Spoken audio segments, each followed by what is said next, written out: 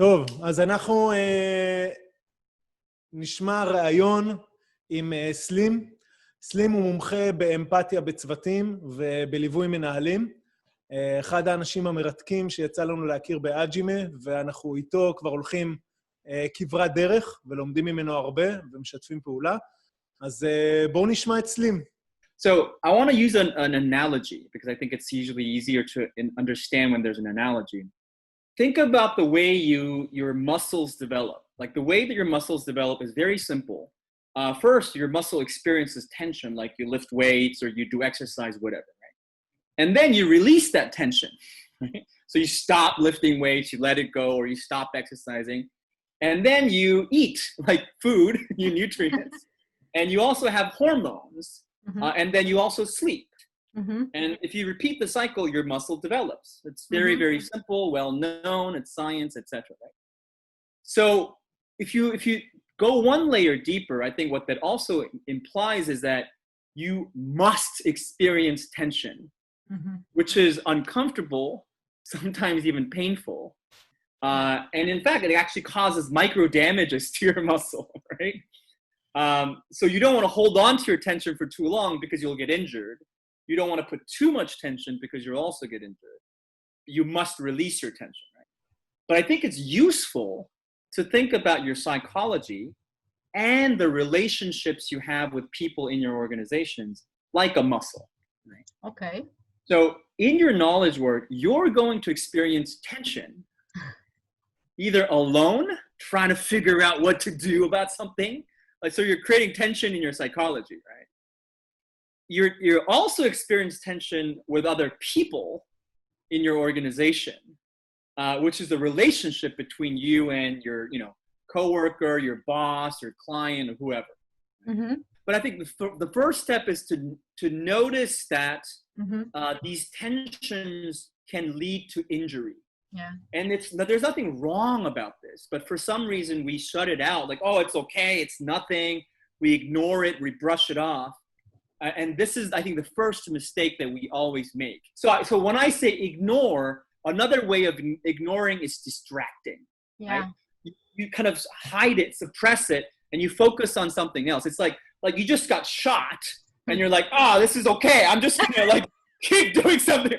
Like, you could do that, but in the meanwhile, you're like, your arm's rotting. Yeah. That's basically what happens in so many of our organizations. The only way that I've seen tensions release, either in psychology or in relationships, is empathy.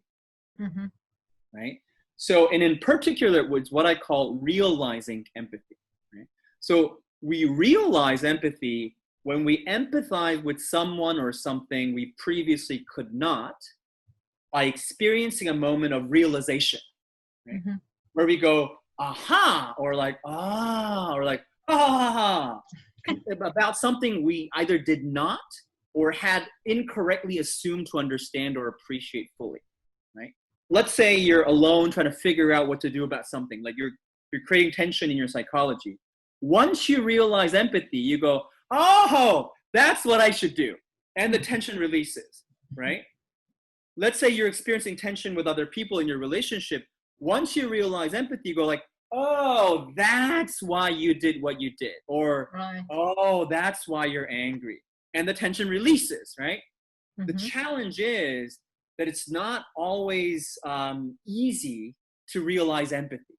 It's especially difficult to release tension if you've been trained as a problem solver. Like if you're a doctor, if you're an engineer, if you're a business person, right? A surgeon goes through like several years of training in surgery. They're trained to look at things, right? There's organs that you cut and like you do things to it. Like if you don't think of human beings as things, it's really hard to do surgery. Yeah. So you have to like think of it that way. Yeah. But if you've ever had to go through surgery and you had to talk to a surgeon, you want to kill them. Because they're like, oh, you have cancer. We'll just like cut this out of your body and we'll cut this and you'll be fine. And you're like, you're going to do what? And there's like this famous movie called The Doctor where like a surgeon like does this exact thing to his patient, and then he has to go through surgery. Mm-hmm. And then you realize. And he realized, like, oh my God, this is horrible. Like, you should not treat me. And then he has to completely change his ways of doing surgery, like, because he now empathizes with what it's like to be a patient, right? So in some ways, the reason why this is for tension to release, you have to relax. But when you problem solve, you actually tense it up further, right? It's kind of like the Chinese finger trap. Like, do you know the Chinese finger trap?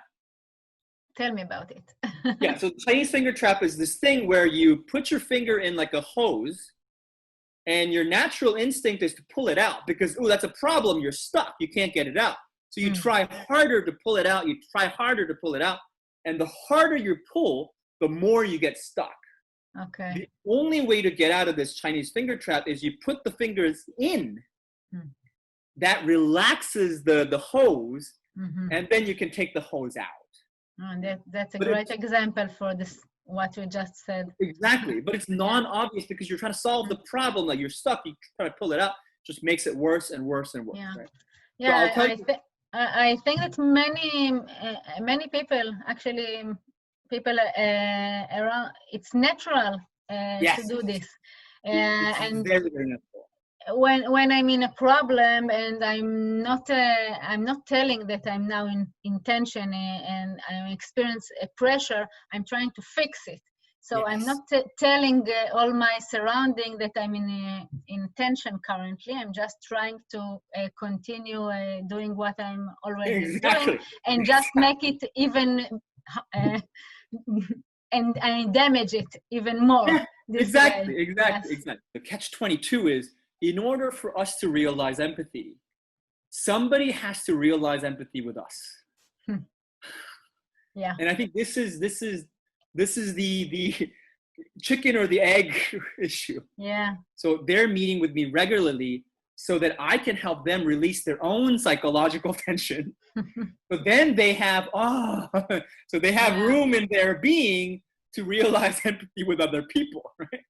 Otherwise, they're like in their own little tension, and they can't do the things that they naturally can do when their tension's released, right? So I think in some ways, we need to, as a society and as an organization, we need to figure out, how do we redesign and restructure our organization so that everybody and somehow at some point are able to get this kind of support, including the CEO. Right. Everybody is a human being. Every single person has tension. Every single person cannot release it on their own. The only way for us to do this is by supporting each other. And I think this is the crux of the issue. And it's very difficult to unravel unless somebody takes the first step. Yeah. And admits and says, I'm in tension. I need help. Yeah. And I, to this day, really appreciate and admire these CEOs who are approaching me, because it takes a lot of courage to do so, to admit that they need help. And another thing is, it feels selfish. And that's another sort of aspect that is always preventing people from getting help, is like, oh, I shouldn't need help. I'm here to serve other people, which sounds wonderful. Like, I'm a servant leader, right? Yeah, that's great. but as the old saying goes, you got to put your own oxygen mask first before you can serve other people. There is no shame in putting your own oxygen mask first. It's not selfish. If anything, it ends up being more altruistic, because the only way we can survive together is by doing that. Thank you so much, Slim. It was inspiring, really.